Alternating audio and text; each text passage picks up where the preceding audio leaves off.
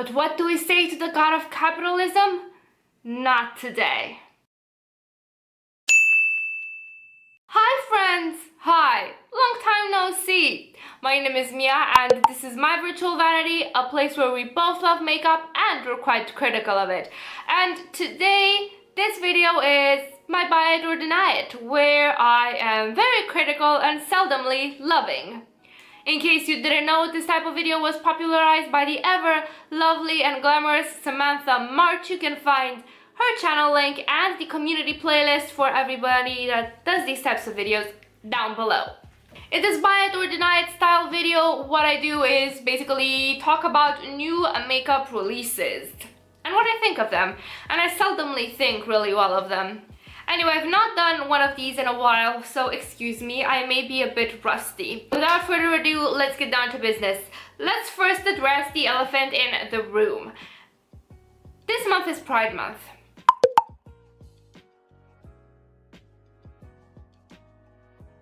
So happy Pride, Juneteenth, I think that's how you pronounce it, to all of my queer friends and everybody that's queer and watching or allies. Just happy everything, and I hope you guys have a wonderful month and the rest of the year. I'm not going to talk about any Pride releases, and that's not because I don't support you all, because I do. I support you and I love you. The problem is that Pride releases from companies are performative. They are performative wokeness. They don't give a shit about queer people the rest of the months of the year, but suddenly in June, all of the companies activate themselves and they promote queerness, they promote queer themed makeup just because it's rainbow. They say that they're gonna donate part of the proceeds to such and such charity, which is all well and nice, but they're doing it for that queer coin. Hear me out. If they really cared about the queer cause, they would donate the rest of the year. If they really cared, they wouldn't be making another makeup palette, another rainbow makeup palette, to sell it to you and then maybe give 5 cents from the proceeds to charity. Listen to me, 10% or 20% or 50% of any purchase is jack shit compared to how much profit that company actually makes. That company just paying off a bit of the proceeds of a certain palette to charity is like me tossing a dime in a homeless person's cup. It's really nothing to them. I wonder, why are they waiting until June to do all of this charity work? As I said, performative wokeness. Believe me, to be an ally, to support the LGBTQA+ community, you don't have to buy yet another rainbow palette. If you want to do queer looks, if you want to do rainbow pride looks, go grab any colorful palette in your collection and use that. I assure you it will be just as good as that Morphe rainbow palette or Tarte rainbow palette or whatever else rainbow palette. If you want to help with money, donate the money that you would have given to that palette directly to a charity. It will do much better than, 10% of that palette going through the corporate grind and maybe ending up in the pockets of such and such charity. Go help the queer people in your community. Go donate to your community. Go be a doer. Go be an actual activist if you want to actually do something. Even spreading the word about struggles of people in the community on Twitter is enough. Okay, maybe it's not particularly productive per se, but it's better than just buying a palette. You're not doing anything but stroking your own ego for helping by buying a palette when actually you're not helping at all. It's just the laziest form of slack activism, fueled by these companies absolutely fucking loving the queer dollar when it suits them and then ignoring them for the rest of the year. Okay, that's all. I'm off my soapbox. I'm not going to cover every release that's been coming out ever since I did the last video, because that would be me here being an hour long and I don't wanna, okay? So I'm just gonna cover what caught my attention, caught my eye, what I could roast, balance and all things, as it must be. Let's continue with the releases that I'm actually going to talk about, and the first one is Kim Kardashian West came out with a body foundation and the internet went mad. So she's basically asking $45 for this body foundation, and a lot of people were like, who asked for this? Who needs this? Nobody wants this. I find that's a bit short-sighted. Let's address a couple of the comments. Let's first address who wants this, who asked for this. Just because your skin is fine doesn't mean that everybody's skin is. I heard that people with psoriasis and various other skin conditions, varicose veins, discoloration on their body, are quite thrilled about having something like this. And maybe you have those things and you don't feel the need to it, but I would urge to have a little bit of empathy to those that do have it and do want to cover it up. Moreover, I've seen commentaries about, oh my god, the patriarchy oppressing us all, what's next, makeup for butt cracks, whatever. First of all, it's very funny to me that you're fighting patriarchy by putting down women for their choices. I get it that for you that might not be an ideal solution, that for you it's too much. But honestly, we are all perpetuating in one way or another unrealistic beauty standards by wearing makeup, by wearing flattering clothing, by presenting our best selves. The thing is, trying to look beautiful and achieving a certain beauty standard is inevitable, and it might change with the current zeitgeist, but it's still a goal to be attained. And you're not doing anyone any service by putting down people who actually use it, because part of feminism is also encouraging other women to live their best selves and to respect those choices, especially when those choices don't infringe upon your rights. And putting foundation on your legs is not infringing upon anybody's rights. Period. I'm not gonna buy it because I don't need it and I don't want it, but some people might. Next, Colourpop is coming with a plethora of things. But the ones that I want to talk about are its new palettes. So there's the California Love palette, which is described as the spicier sister of the Sweet Talk palette. I believe that was what their peach palette was called, Sweet Talk. And I have a confession for you guys. I'm turning into a neutral lover. Like, I'm not gonna renounce my colorful, sparkly, duochrome ways, but I've really started to appreciate a good neutral palette, and I feel that this is one of it. It reminds me a bit of heated canyons, of rocks under the desert sun. I really like it. I mean, it's odd that it's called California Love, but somehow it reminds me more of stereotypical Arizona landscapes, like the ones you see in movie, because I've never been to Arizona, so I may be wrong. But I really feel that this is a really, really pretty color scheme. Of course, if you have these colors, then it's probably nothing new for you. But I'm recently rediscovering my love for neutrals, so once my little no-buy is over, I might buy it. I don't know if you want a video on my no-buy, because I've just kind of gone on it. I've not really told anyone. I've sprinkled updates here and there on Twitter, just lamenting my harsh first world problem life. But if you want a video about it, I could make one.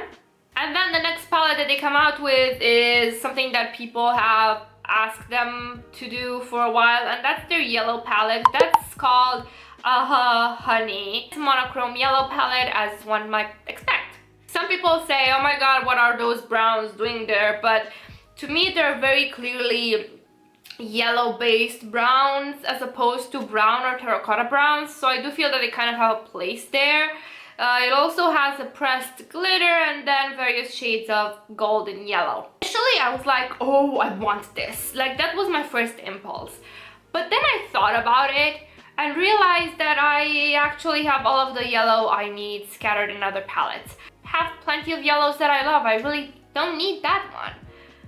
And unless you wear yellow on a daily basis and love all of the finer points of yellow, if you already got one or two yellow singles, I wouldn't really see why you would need more unless you're into yellow gradiented looks. Becca is coming out with anniversary champagne pop items, and I'm torn between two opinions. So on one hand, this is really pretty, and I've never tried champagne pop, so this interests me. I would love to try the gloss and the highlight itself if it came in a mini.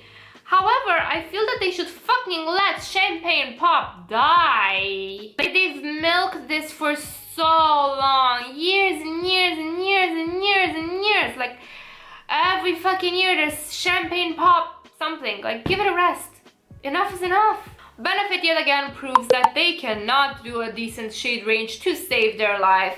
So they're doing this Hello Happy pressed powder foundation, and I'm starting to wonder if anyone in the Benefit headquarters ever saw an actual person of color. Because let me tell you, I live in a country that is lily white. Like, if I see a black person, to me it's like seeing a unicorn. It's a rare occasion. I see a black person maybe once every 2 weeks. That's it. And that's just because we've been getting a lot more influx of immigrants and people coming in from work. So it's just been this year that's been starting to be a bit more diverse in Bucharest. And even I know that most of them are not orange. So why is this foundation Oompa Loompa orange? Another one with a shit shade range, and that's from the drugstore. Maybelline is coming out with their Superstay full coverage concealer, and it truly amazes me how they managed to fuck up both ends of the spectrum. So you've got the lighter shades that just jump from pale to darker to medium. Like, I couldn't find my shade there. Then you've got the dark shades, which yet again have a huge jump, and I'm like,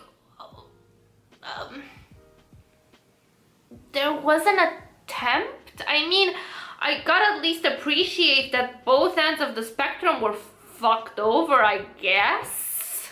Now, for something that I actually want, MAC is coming out with a collaboration with Mary J Blige, which I've heard is quite iconic. I'm not into her or her music, but this shade is the perfect shade of pink, and I must have it. I hope it comes to Romania.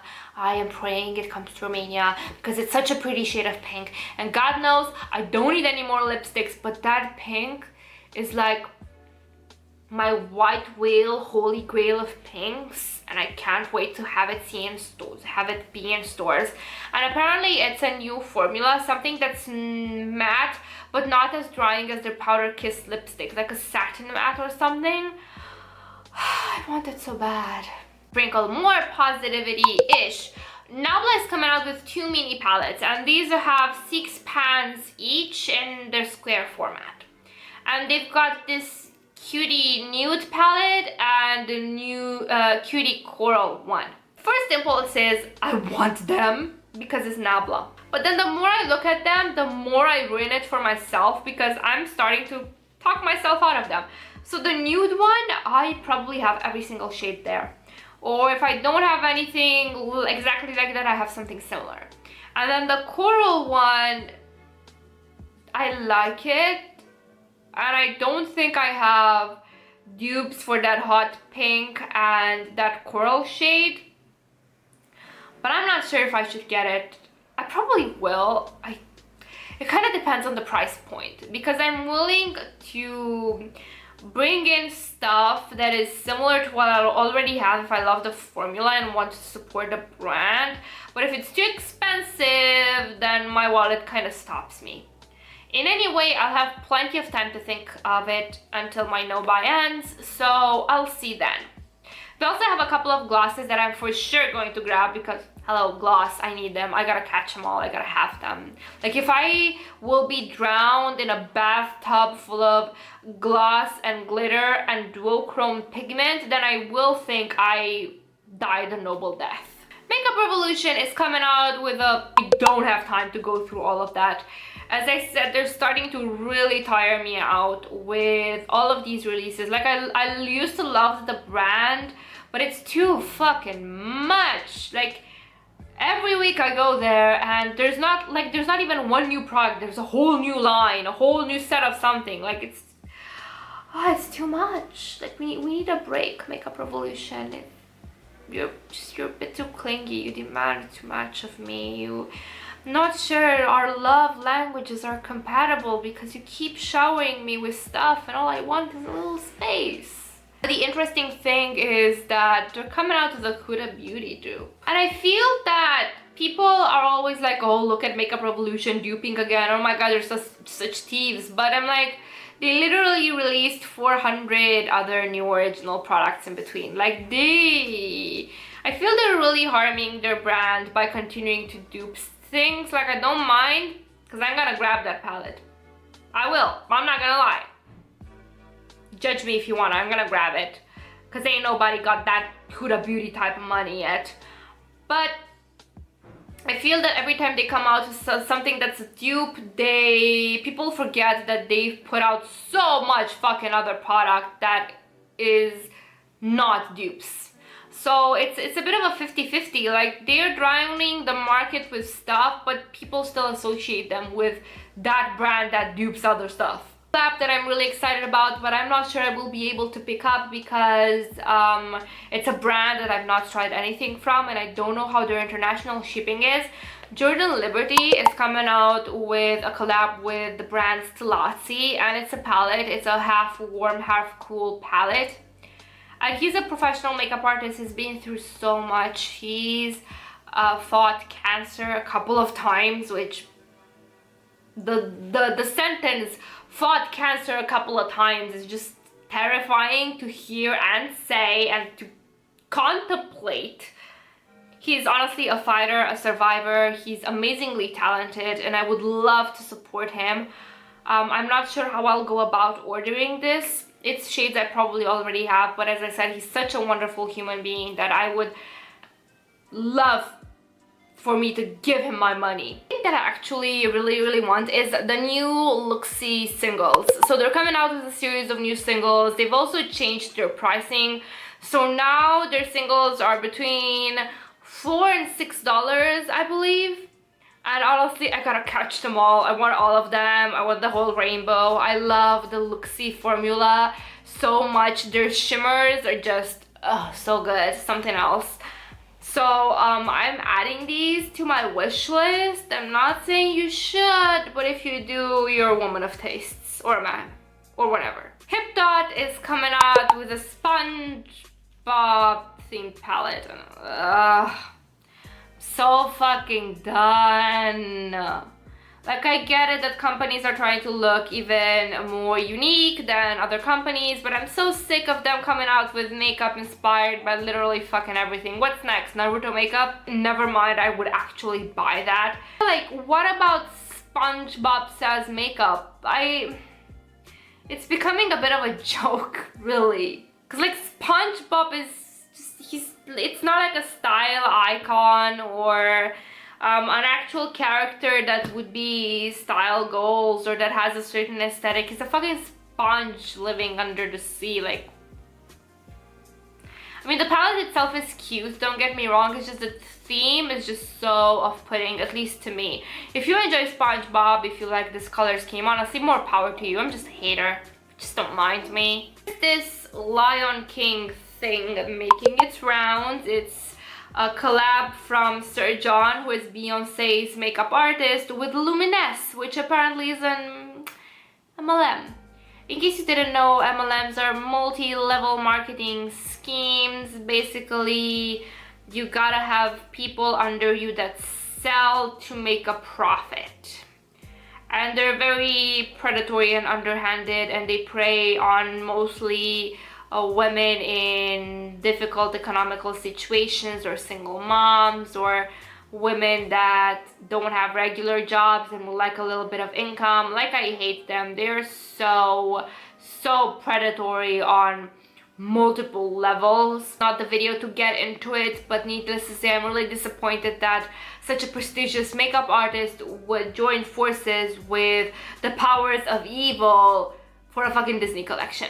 To finish, the devil himself of the beauty community, Jeffree Star came out with a new collection, and this is the Jawbreaker collection. Now, you know, in other releases of his, you know, credit where credit is due. I did say that his color schemes were on point and unique, and despite me despising the man and everything that he stands for, his palettes were cute.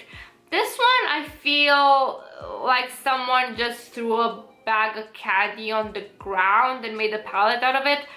It doesn't feel particularly cohesive or inspired. Maybe it's just me. A lot of people I found love it, and a lot of my friends gave it favorable reviews. I just don't care much for it, really. And it reminds me a bit of the Midas, I think Midas Cosmetics Flower Beauty palette. It's a bit similar, so if you want something that's quite like that but don't want to support Jeffree Star, that's a good alternative. Moreover, something new else from him is a new 9-pan palette, which I feel is a really good move because his stans will just eat it up. Honestly, I'm not even sure if I should continue talking about releases from him or Kat Von D. On the other hand, I don't want to promote their shit, but on another, I mean, these videos are also informative. Yes, it's me being sassy, me discussing what I would buy or what I would not buy, but maybe people do want to hear about those new releases as well, those that I personally find that I don't really want to support or anything. So I'm not sure. What do you guys think? Would you want me to continue talking about Jeffree Star or Kat Von D? Like, part of me still wants the material to roast it, especially Kat Von D. The other part of me is like, I don't really want to further their names. I'm a bit torn. I'm not sure, honestly. I am kind of needing your opinion on this one. Anyway, these have been all of the releases that I wanted to talk about so far. Hopefully the next video of this sort will come with not as much of a pause between them, so I'll be able to talk about more stuff and more newer stuff. Anyway, let me know, what are you guys planning to pick up? What are your opinions on these new releases? Tell me about something that I didn't talk about, for example, if you really want to talk about it. I'd be interested to chit chat with you in the comments, you know, I love that. Thank you guys so much for watching, and yeah, I hope I'll see you the next time. Bye.